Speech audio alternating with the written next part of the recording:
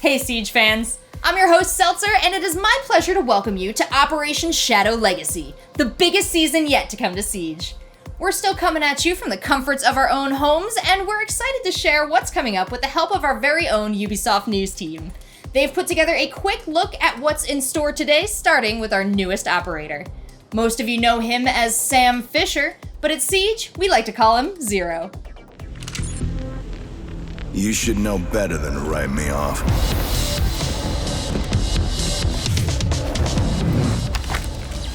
Target cam placed.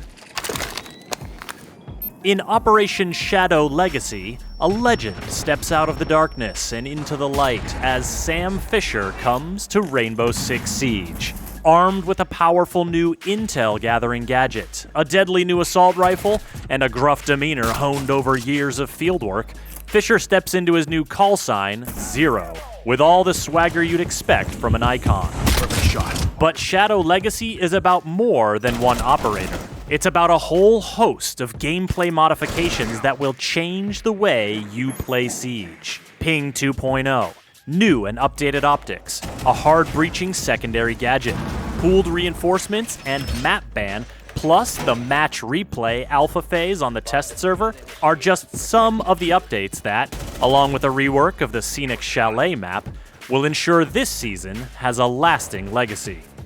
It starts with Sam Fisher joining Team Rainbow as Zero, a medium-speed, medium-armor attacker. His SC-3000K assault rifle may look familiar to fans of his previous work, and it's right at home in Siege with a variety of optics to suit your preferred style. He can also rock the MP7, and he's got a 5.7 USG sidearm with an integrated suppressor in keeping with his signature stealthy style. Speaking of which, check out the laser sight on his Argus launcher. It doesn't just have the look, it also delivers the goods. Intel. Ready. Argus launch. Always one to use cameras to his advantage, Zero can fire his Argus projectiles into breakable and reinforced surfaces to burrow through and create camera vision on both sides of the barrier. Walls, floors, hatches, and ceilings are all potential peak points for Zero and his allies. And though the two-way cameras can only look in one direction at a time, there's no more versatile way to get a look into a room the defenders don't want you to see. Even if they can't burrow all the way through, Zero's camera projectiles will still stick into most surfaces, opening up a world of possibilities for cheeky new camera placements. Cam deployed. And it's not just intel they'll be gathering. Each Argus projectile can fire a single laser to destroy enemy gadgets or deal minor damage to enemies themselves. Zero's gadget is a powerful new tool for the attacking team, so defenders will want to keep their eyes and ears peeled. The projectiles make a distinct sound when burrowing into place, and can be easily destroyed with a bullet. Electrified surfaces will destroy the projectiles on contact. Also, mute jammers will keep them from functioning, while Wamai and Jaeger's gadgets will snap up any that fly by. Cam in position. But with so many places to deploy his gadget from relative safety, and so many ways to put it to use, Zero is sure to make his presence felt on Team Rainbow. The map you've been seeing here is likely familiar. I mean, who hasn't spent time in an expansive remote chalet surrounded by snow-capped peaks? The Chalet map rework brings some new navigation options to the venerable retreat, notably the ability to rappel all the way up and traverse the rooftop. There are some interior renovations as well, including one window you'll definitely want to watch out for, but we'll leave it to the level design team to tell you more. In fact, there is so much going on in Operation Shadow Legacy, we're going to have to let the developers take it from here. Big changes are afoot, folks. Don't go anywhere. I told you it was a big season. Now let's dive in and take a deeper look at our map rework. Chalet, here we come. Coming back to Chalet was really exciting, and it brought me back to my earlier years playing Rainbow Six, going through the woods with my squad, going towards the objective. And that's the same kind of feeling I have right now when I look at Chalet. Things we wanted to improve was the objective, making it a bit more fair on attack, and on defense, making it a bit more interesting, The way you attack the map now is completely different than before. Simply because we added rappels in the map, you can move on the roof. That's completely different. The way you get line of sights into rooms and stuff, it's a simple thing, but for the map, like, it changes the whole dynamic. The only big change, I guess, in objective location is that trophy is not an objective anymore. So now you have kitchen and dining instead of having trophy, because we added the new stairs in trophy. So the basement is pretty much all there. Only for one major difference, which is something new, is that we connected the hallway that people call blue. From the stairs you can go to the hallway and into cellars. Cellar, we made it a bit different to help a lot of the defenders. So the garage door is a really cool way to attack the objective, and we didn't really want to change it too much. The only thing we did is add a window right above the garage door, making it so defenders can peek through the window and put pressure, and it just makes it so the gameplay is a bit more interactive during this phase of the attack, instead of just being the attackers opening the wall and that's it. Operation Shadow Legacy marks the first time recruiting a known operator into Team Rainbow. Let's see what it takes to bring a legend like Sam Fisher into Siege.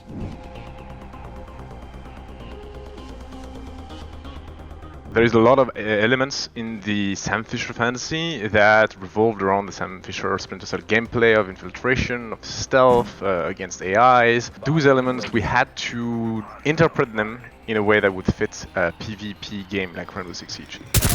We're bringing this camera intel aspect, the fact that Sam has more intel than his opponent, that he can outsmart them. So that was the first step, trying to get an intel tool on attack for Sam that would feel interesting. And that's when we came up with this idea of just, how can I look in the next room? How can I have an idea what's happening on the other side of the wall? And that's where we came up with the idea of the camera drilling through the wall to give us information on the other side. When we started using that concept, which we felt was awesome and very natural in Siege, and as well also very Sam Fisher, we wanted to also have this gameplay that is so common to every iteration of Sam, where you are in those intel tools, but you don't just collect information, you also wait for the right time to act. And that's when we came up with the idea of this one laser shot that the camera has, because the fantasy of having a gadget embedded in the camera was strong, and also since the laser is visible and make noise, it is relevant for Zero to actually look at the defending team and maybe wait for them to be far away to use their gadget to not betray the location of your camera. And that gameplay of being in a cam and watching the defender pass by and wait for the right time to use the gadget is, to us, very Splinter Cell. Like, the core role of Sam here is definitely going to be intel gatherer. And as a result, one of the parties thrives very much, like he's really good at flank watching. Flank watching is really a strong suit. At the same time, we made a kit for him that would allow him to get rid of a lot of utilities. Defending team does not have access to IQ, so we could not afford to have those cameras being as subtle as Valkyrie, for example, and we had to make them more visible. So when they land, they make a distinct thud. They are bigger than a Valkyrie cam, they are a very distinctive shape, like a decal around it, so if you look for it as a defender, you should be able to find it. And it might be difficult to catch them with a regular mute jammer. Mute jammer are efficient at catching drones because you can funnel them through doors, drone holes, etc. So it's a pretty great way to go around a mute mode setup, for example. It is still a projectile. Jaeger and Wamai will interact with it just the same, which, depending on how you see things, might be a counter to Zero himself or to Wamai and Jaeger based on how much utility you bring. We're bringing a new weapon, and not just any new weapon. We're bringing the ST3000K, which is for us the iconic weapon of Splinter Cell. You're gonna recognize it right away by like the way it looks, the way it feels, and yeah, it's pretty great. It's definitely for us part of the Splinter Cell package, and it was really enjoyable to have that. But we didn't stop there. Like, we wanted to give you an option that would come maybe at a surprise and something very enjoyable for our community, and that would fit with what we see in this character, and that option is the MP7. This time with magnification.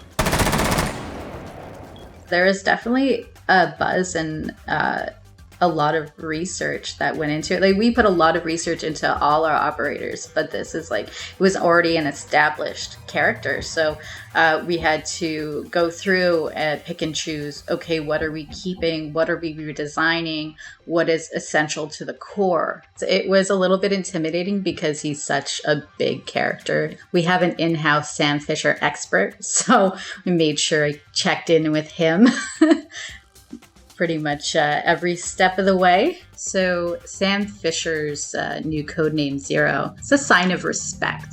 Zero and Zero Alpha are actually call signs given to the net controller or commander. So it indicates his seniority.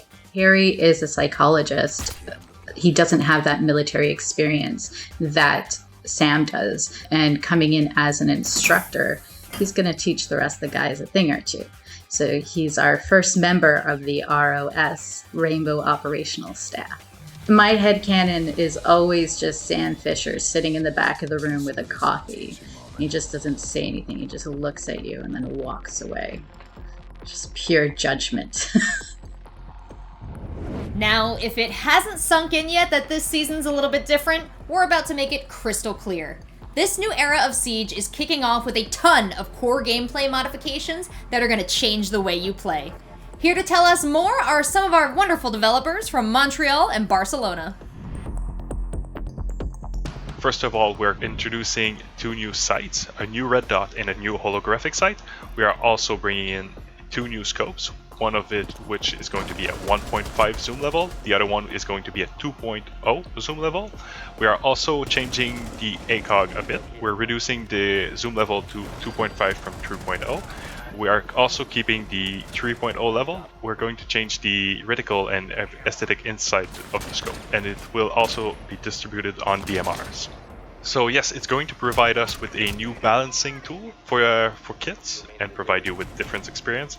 So once the TS hits live for Shadow Legacy, feel free to hop in and provide us with some feedback.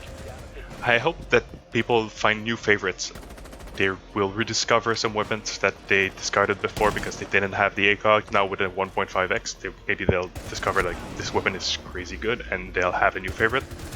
One of the most exciting one has to be the 1.5 on the Vector. It would have been too good to have an ACOG on it, but the ability to give a 1.5 and actually use the range, it's incredibly fun. With those new sights and scopes, we're also bringing in more customization for the players. You will be able to customize the sensitivity of each of those zoom level. So if you want to have a super quick 12x and a super slow 5x, nothing is stopping you now.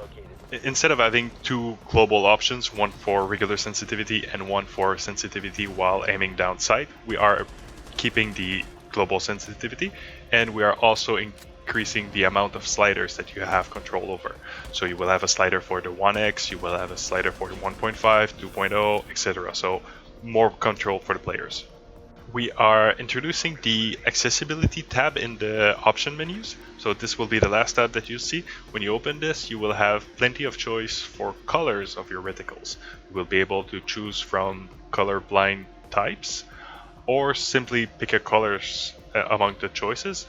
And one of the other things that we will bring to this customization is the opacity level of the reticles. You can open this menu and this tab while you are in game, and then you'll be able to change it whenever you want. So, just like we mentioned at the 6th Invitational, we want to make new content for everyone to enjoy. This will also allow the balancing team to have more tools to balance the weapons, kits, and operators. So yes, making sure that every operators have fun options and fun guns. In live, each defender has 2 reinforcements to deploy, so it's an individual amount of reinforcement. And with the new system of reinforcement, we have replaced this individual amount by a common pool of reinforcement. That means you have 10 reinforcement at the beginning of the round, no matter how player starts the round. If a player is disconnected or leaves the game, you have still 10 reinforcement available for all the team. Some operator has a lot of utilities to put in the environment. So no operator that are less to do during the preparation phase can focus on reinforcement, for example. Roamers can reinforce more than 2 hatches. It's globally, even in a PvE, for the Protector stage, we have implemented also the reinforcement pool.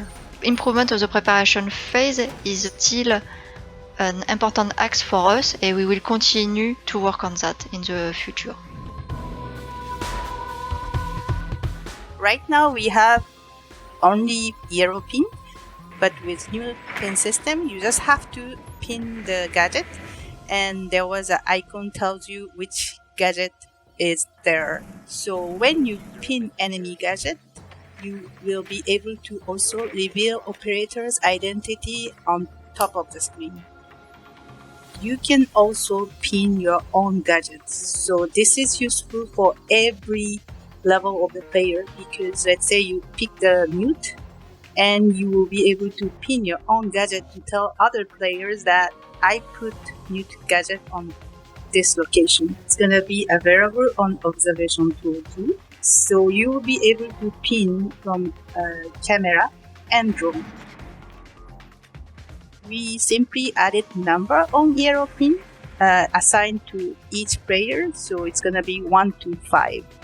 This will be decided at the beginning of a match, and you will keep until the end of the match.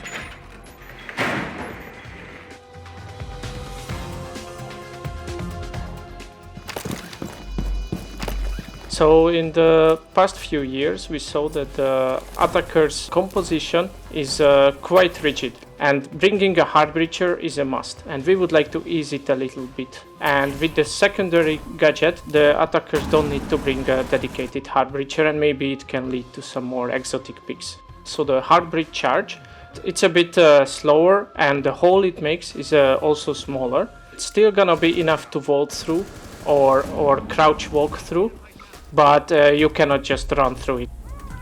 Deployment, it's gonna be automatically activated, so there is no remote triggering.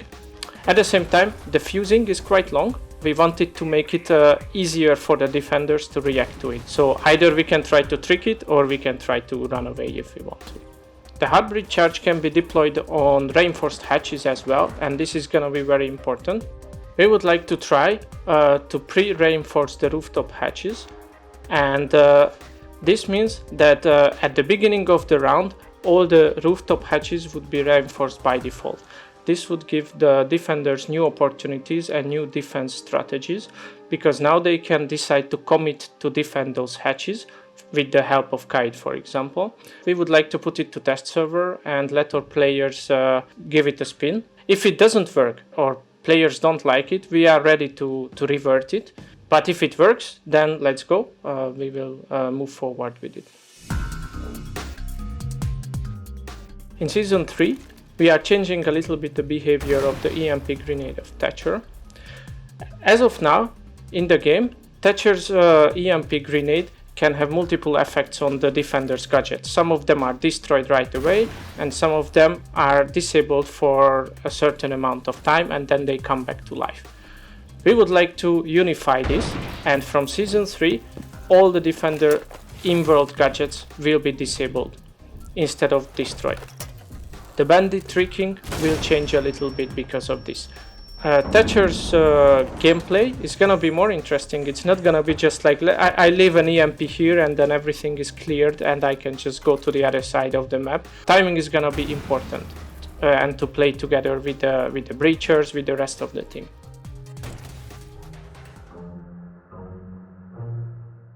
We would like to give the agency to the players to influence what maps they are playing or what maps they don't want to play. This will reduce the frustration of the player who doesn't want to play this certain map, and also can even lead to sometimes toxic behaviors of rage quitting.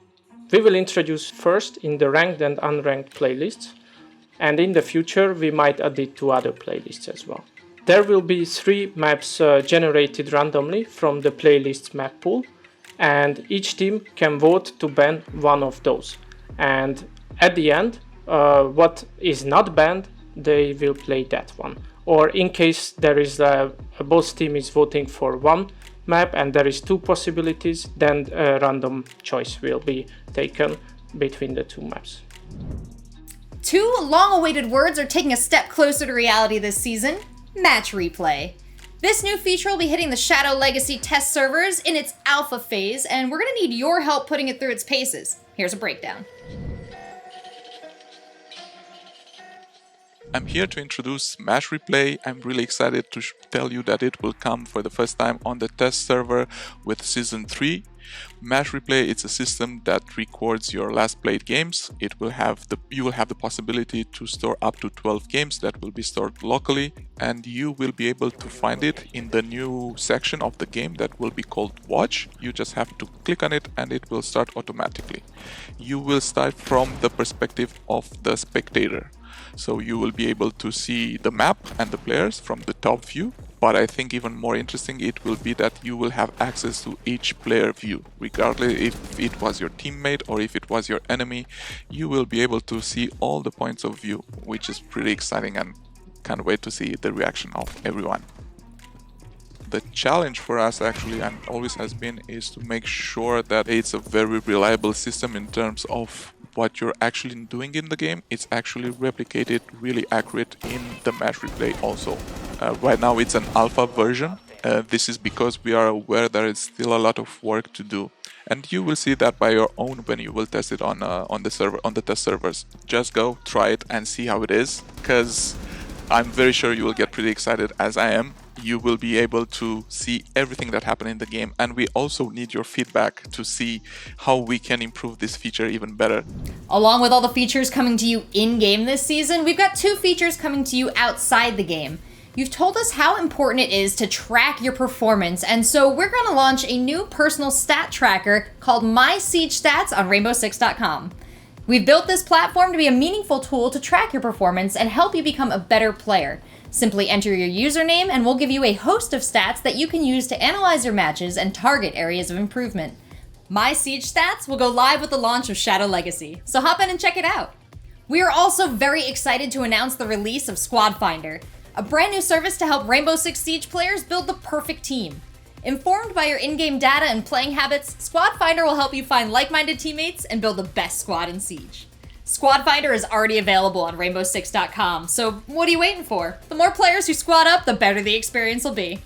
Now that we reached the end of the show, I hope you're as excited as we are for all the new content coming to Siege. The Shadow Legacy test server on PC goes live tomorrow, August 17th, and we've got a free week coming to Siege from August 27th to September 4th. So if you've got some friends who haven't had a chance to play yet, it's a great time to get them involved. Thanks so much for watching. Let's get back to the action.